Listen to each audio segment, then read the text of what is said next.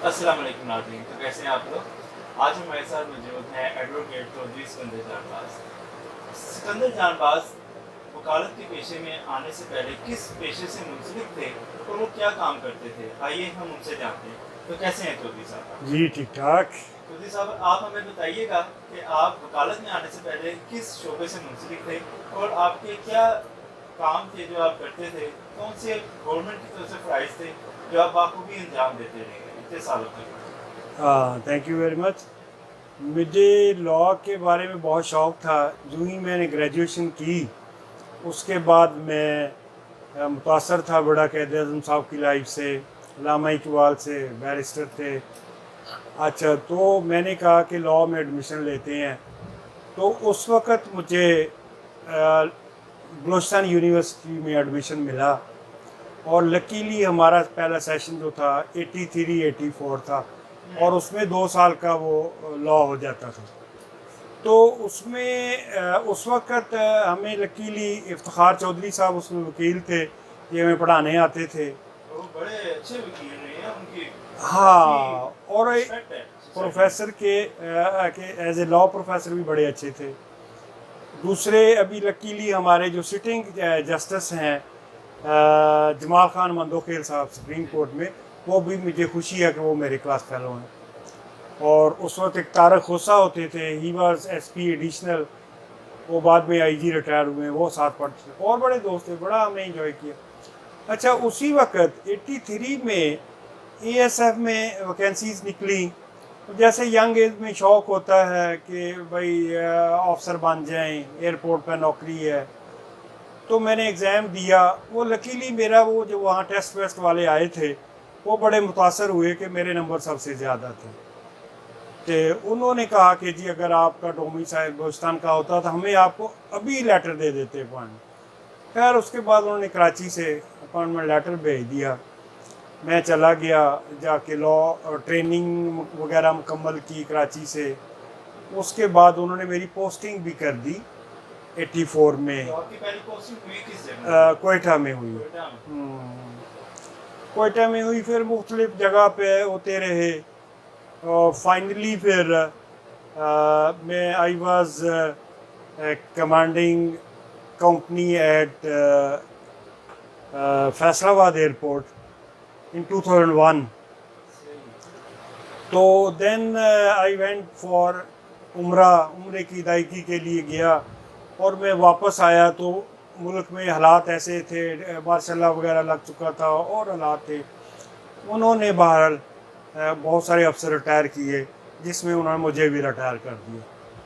तो मैं डिसऑर्ट नहीं हुआ। मैं चूँकि लॉ ग्रेजुएट था, मैं एलएलबी किया हुआ था, मैं वहाँ से फैमिली शिफ्ट की लाहौर आ गया। तो जब आपको उन्होंने जबरी रिटायर किया तो आपको लगा नहीं कि अब दोबारा लाइफ को रीस्टार्ट करने में कोई प्रॉब्लम फेस करनी पड़ेगी? नहीं, वो हम मैं ऐसे शुरू से कोई परवरिश ऐसी हुई है, हम छोटे मोटे मसलों से नहीं घबराते।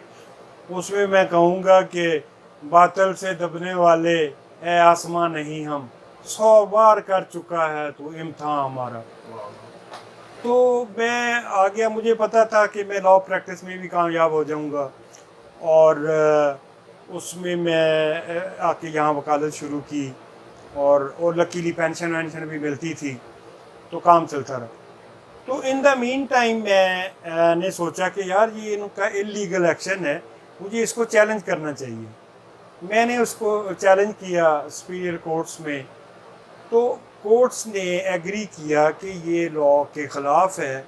एक बंदा उम्रा करके आया है, उसकी ना कोई कोर्ट ऑफ इंक्वायरी है, ना कोई चार्जशीट है, आप ऑल ऑफ ए सडन उसको रिटायर करते हो। तो luckily supreme court of Pakistan ने वो ऑर्डर को इलीगल करार दे दिया और मुझे रीइंस्टेट कर दिया।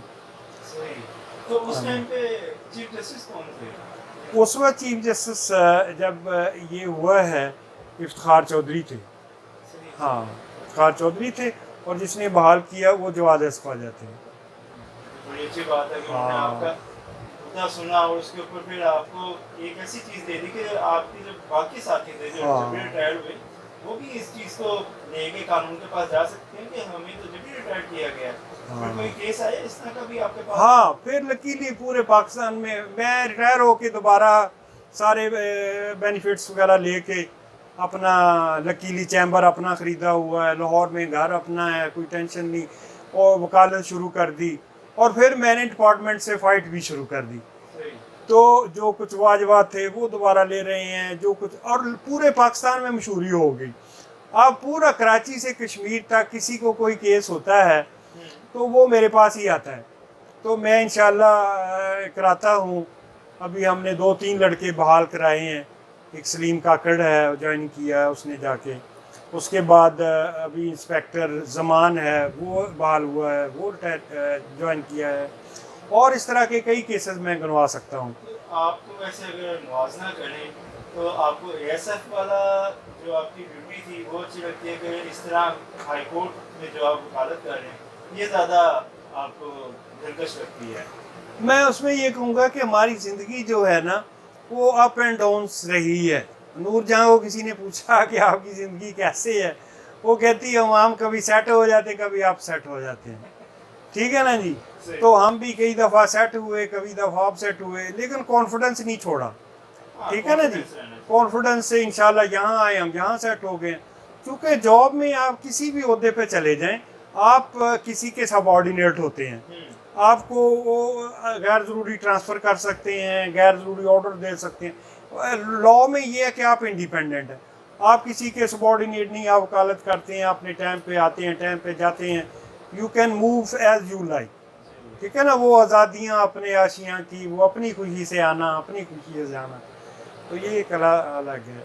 बहुत बहुत शुक्रिया चौधरी साहब आपका। हाँ जी। आपने हमें टाइम दिया, हम इसके लिए आपका शुक्रगुजार करते हैं। तो नाज़रीन इंशाल्लाह दोबारा मुलाकात होगी आपके साथ। अल्लाह हाफ़िज़। Thank you very much.